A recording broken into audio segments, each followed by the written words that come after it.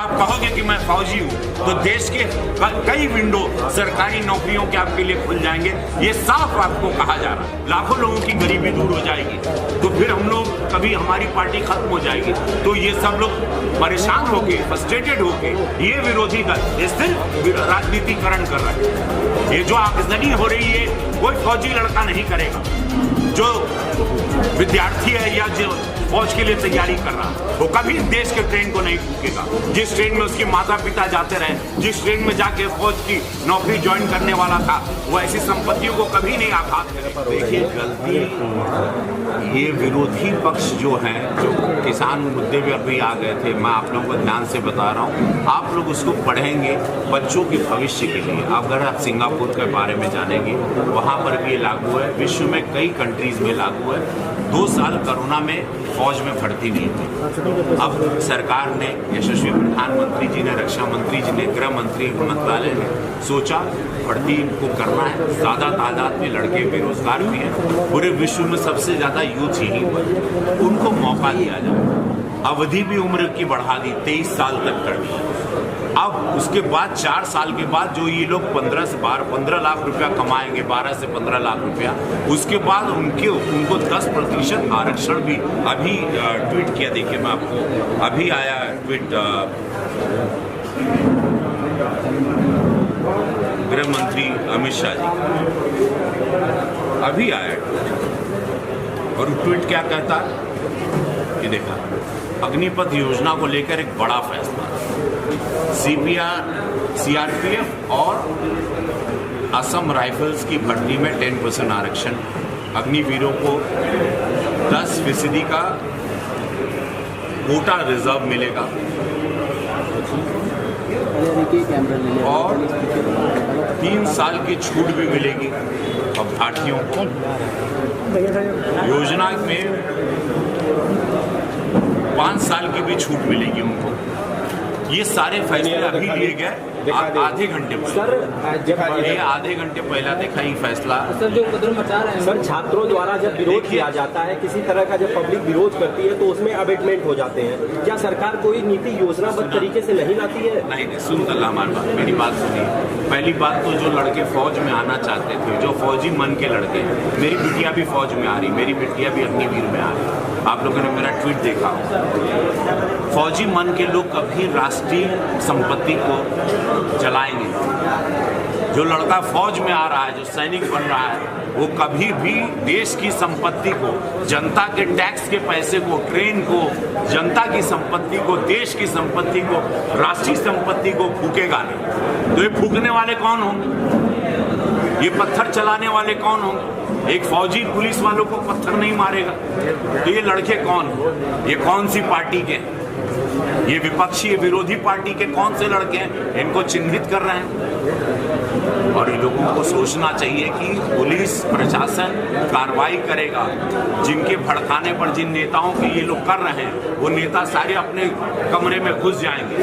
ये बच्चों को सजा भुगतनी पड़ेगी, क्योंकि करोड़ों करोड़ों रुपए की संपत्ति को फूका गया और देश की जनता का पैसा है।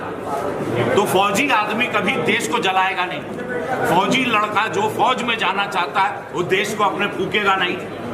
तो आप लोगों को ये समक्ष, आप लोगों के सामने है कि कौन है, कौन पार्टी के कार्यकर्ता है, कौन लड़के हैं जिन लोगों को भड़काया जा रहा है। फौजी मानसिकता का लड़का वही होगा जो गोली खाने के लिए देश के लिए तैयार हो, वो देश के ट्रेन को नहीं फूकेगा। ये भी आप लोगों को जानना चाहिए। तो ये कौन सी पार्टी है?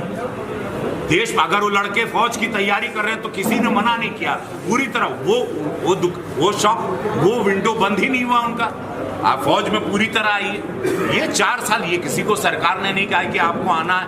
ये एक ही कि आप फिटनेस होगी, समय पे आप यहाँ वहाँ घूम रहे हो, आप गुटखा तम्बाकू खा रहे हो, आप सिगरेट पी रहे हो, आप कॉलेज के बाहर खड़े हो, आप मटर गश्ती कर रहे हो, आप शराब की लत में पड़ गए हो।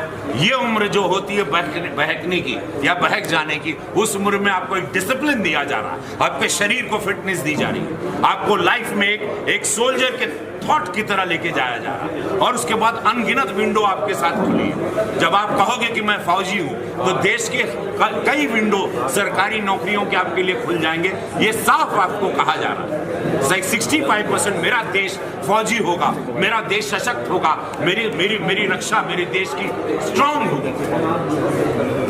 ये लोग नहीं चाह रहे हैं। ये चाह रहे हैं कि अरे ये सब विरोधी चाह रहे हैं कि अरे फिर तो मोदी जी ने ये अद्भुत है, सारे यूथ उनके दीवाने हो जाएंगे, सारे यूथ को, लाखों लोगों को रोजगार मिल जाएगा, लाखों लोगों की गरीबी दूर हो जाएगी, तो फिर हम लोग कभी हमारी पार्टी खत्म हो जाएगी। तो ये सब लोग परेशान होके, फ्रस्ट्रेटेड होके, ये विरोधी दल ये सिर्फ राजनीतिकरण कर रहे हैं। ये जो आगजनी हो रही है कोई फौजी लड़का नहीं करेगा। जो विद्यार्थी है या जो फौज के लिए तैयारी कर रहा है वो कभी देश के ट्रेन को नहीं फूकेगा। जिस ट्रेन में उसके माता पिता जाते रहे, जिस ट्रेन में जाके फौज की नौकरी ज्वाइन करने वाला था, वो ऐसी संपत्तियों को कभी नहीं आघात करेगा। वो तो देश की रक्षा के लिए आता है फौज। तो ये आप लोग भी जान रहे हैं, ये सिर्फ राजनीतिकरण हो रहा है। इसको समझाया जा रहा है कि भैया हो, कोई जबरदस्ती तो आपको किसी ने नहीं किया, ना कभी केहू बोला था कि नहीं। आप लोगों की नौकरियां, जो लड़के फौज में आ रहे हैं उनकी नौकरियां छीनी भी नहीं जा रही। ये 2 साल भर्ती नहीं हुई। हमारे फौज को और बड़ा विस्तार, एक विराट रूप देना है। अनगिनत फौजी चाहिए। बहुत बड़ा देश है, 135 करोड़ की आबादी है, एक बड़ी फौज चाहिए, एक बड़ी सेना चाहिए हम लोग। ये उसकी तैयारी है ताकि हमारे विरोधी देश हम पर कभी आंख उठाने के लिए डरे कि हमारी सेना बहुत बड़ी।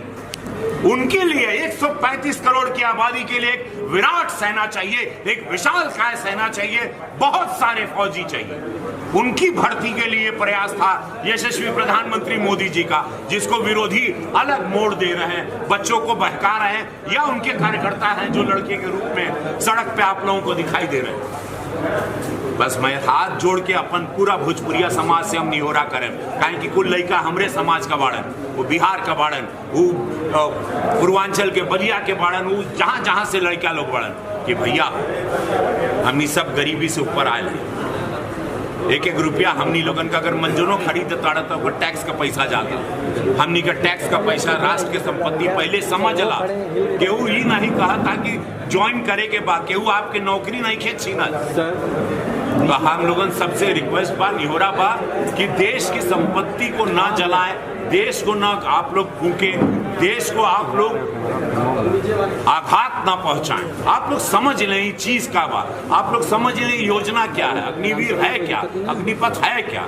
एक पढ़ ला, एक पढ़ब जरूरी बा, ओकर बाद अपन बात रखा। देखा शांति पूर्वक भी आप आक्रोश अपना दिखा सकते हैं, आप एक मार्च कर सकते हैं। प्रॉपर्टी को देश के जलाना ये बहुत दुखद है और हमारा भोजपुरिया समाज ना करे।